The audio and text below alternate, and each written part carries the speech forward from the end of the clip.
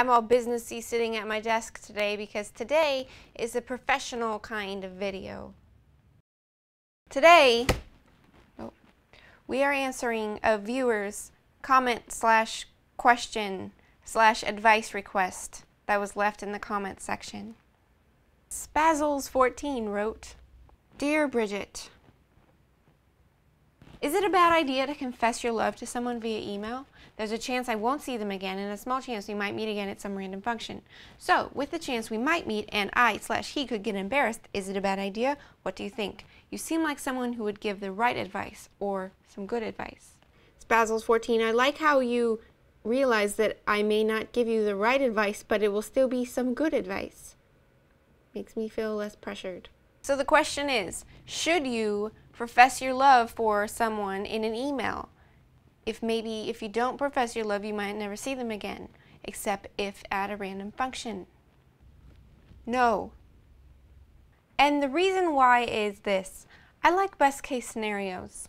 Best case scenario, he replies to your email by asking you out on a date.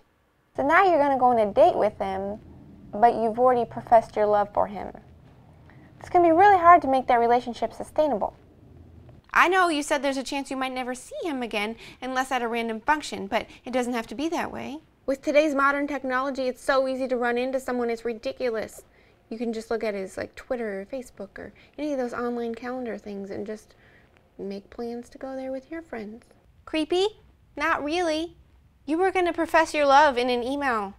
So, or if that really is not going to work, you could ask him to coffee, which might seem forward, but still a lot less forward than professing your love in an email. If he's possibly interested, there's nothing that professing your love for him will do that some hardcore flirting won't do better. So on that note, I've gathered some flirting tips from the internet. Where better to get in-person flirting tips than online, right? I've compiled these tips for you, though, to use when you see him in person. Flirting. How to do it. Did you know that on average, a guy waits for a girl to look at him about 13 times before he will have the courage to come over and talk to her? That seems like a bit much. But that's what the studies say, so I guess look at him often, but make sure to look away for a while in between so that he doesn't just keep looking over and you're always looking at him and maybe he'll think that's just one big long look. You won't even have time in the night for 13 of those, you know, just logistically. That advice is mainly for people who haven't talked to each other yet.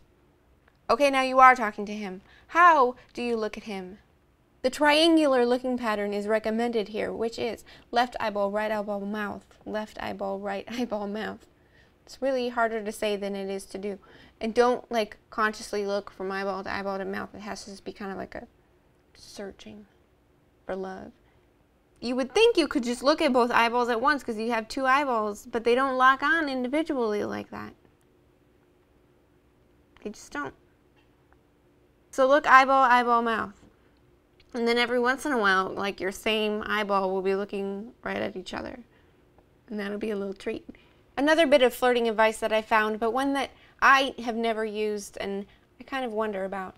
It says that you should find a reason that you have a time constraint within the first 60 seconds of talking to the guy. So if he came over and he was like, "Hey, what's your name?" And I'm like, "Brigitte, what's your name?" And he's like, "Bob." That's 10 seconds gone. So now in the next 50 seconds, I have to find a reason that I have to leave pretty soon so that he doesn't think he can talk to me for that long. I don't know. It's like, what if you're at a party? It's not like you can say that you're leaving and then not leave. "Bob, you should know that I'm going to have to go to the restroom really soon." So, I'm not good at this. I'm just passing the advice on to you, like a portal. So, Spazzles14, to wrap up, do not confess your love to this boy in an email. Find a way to see him again, and then when you do, confess your willingness to love him with your obvious flirting.